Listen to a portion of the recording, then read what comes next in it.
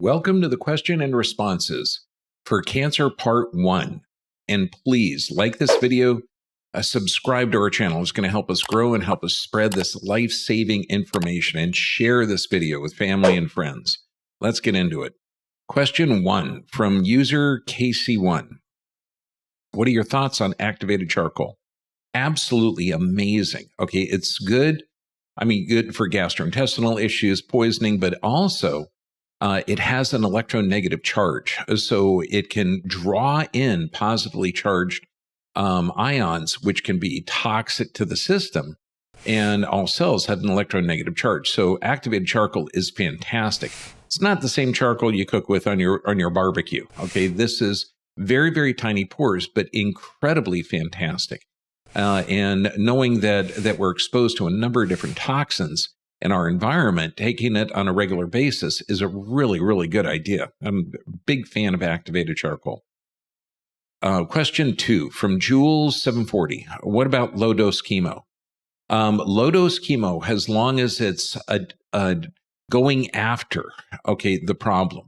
Now, one of the things is cancer is literally formed by the body based on a toxic and deficient environment. So low-dose chemo, we actually use that in severe cases. People that have not had a chance to restore their body's own ability to eliminate toxins. That means respiration, perspiration, bowel movements, and urination. Then their body forms these tumors. And if those tumors start to affect organ systems, then that's dangerous. That's the only time tumors really need to be addressed, is if they're negatively affecting the physiology of the human being. Now, low-dose chemo, we do this in extreme cases at our clinic in Mexico, where we're literally starve the patient, like not give them food for a couple of days, and then bind a cytotoxic agent, that means cell poison, to a little bit of glucose. So you're using 1/10 the amount of chemotherapy. And then since cancers are fast metabolizing cell, they need that high energy. So the glucose is drawn to that tumor site, and using only 10% of the poisonous chemical in the body, you don't have a lot of the negative effects, because fast-growing cells such as hair, skin, gastrointestinal tract can all be negatively affected by the standard chemotherapy approach. So low-dose chemotherapy, absolutely necessary and effective when it's needed. But just to widely do a chemotherapy on somebody that's a cytotoxic agent that's not specific for tumor reduction, and those tumors, figure 70% of everybody over 70 has cancerous tumors all over their body that are never going to be an issue. So if you're just wideband doing this without understanding that it can negatively affect other cells, but low-dose chemo is one of the solutions that'll bypass that, the toxic effect of the entire system. Because you don't want to give a cancer-causing agent such as chemotherapy, and most of them do cause secondary and tertiary cancers. Low-dose chemo, in certain aspects, I'm a big fan of. Question 3 from Rosanna Dananana. There's an old Saturday Night Live fan.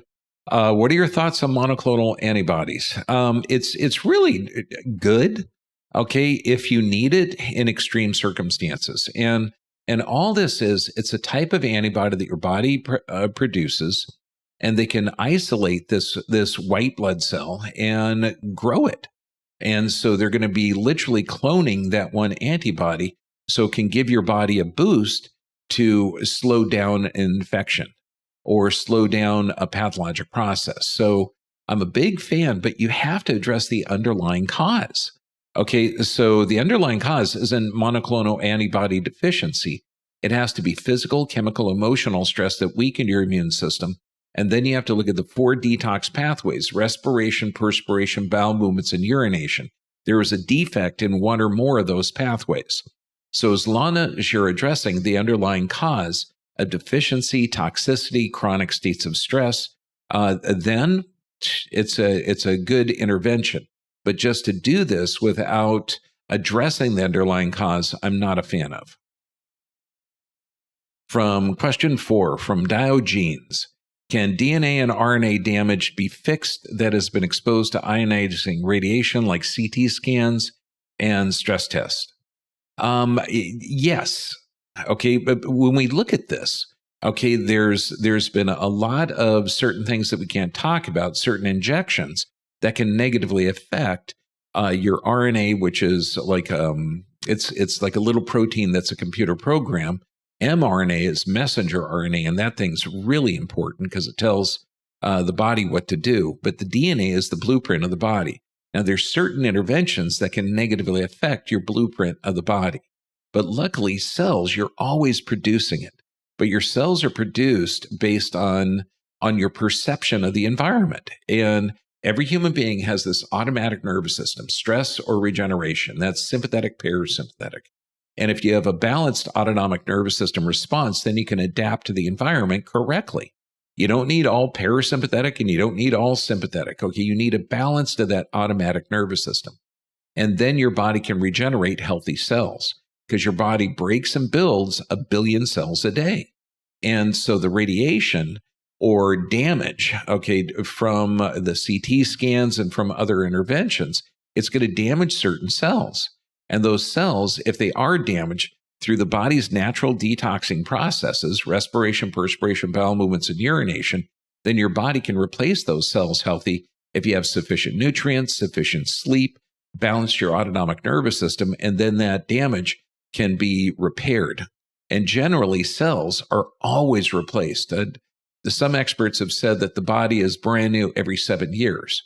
That means that you're literally constantly reproducing yourself.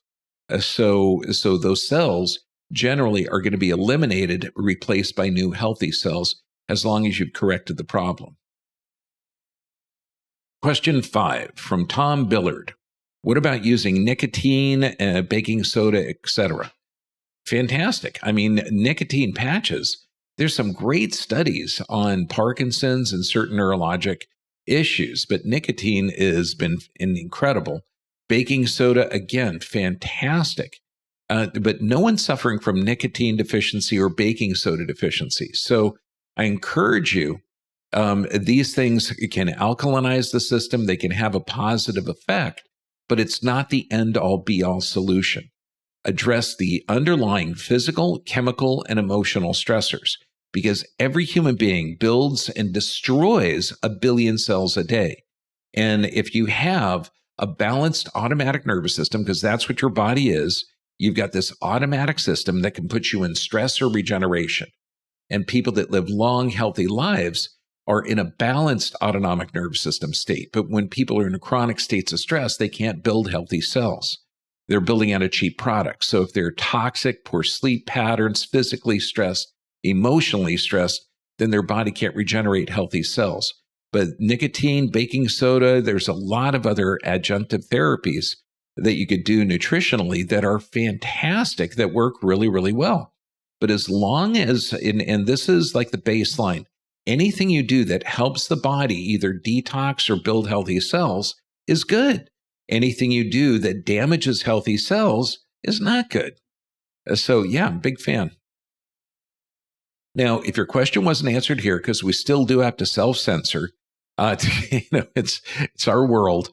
So please go to the drbvip.com site. That's Dr. B VIP. And we can answer freely there. God bless you all. These were fantastic questions. And wait till you see part 2. Part 2 is loaded with solutions. You're going to like it.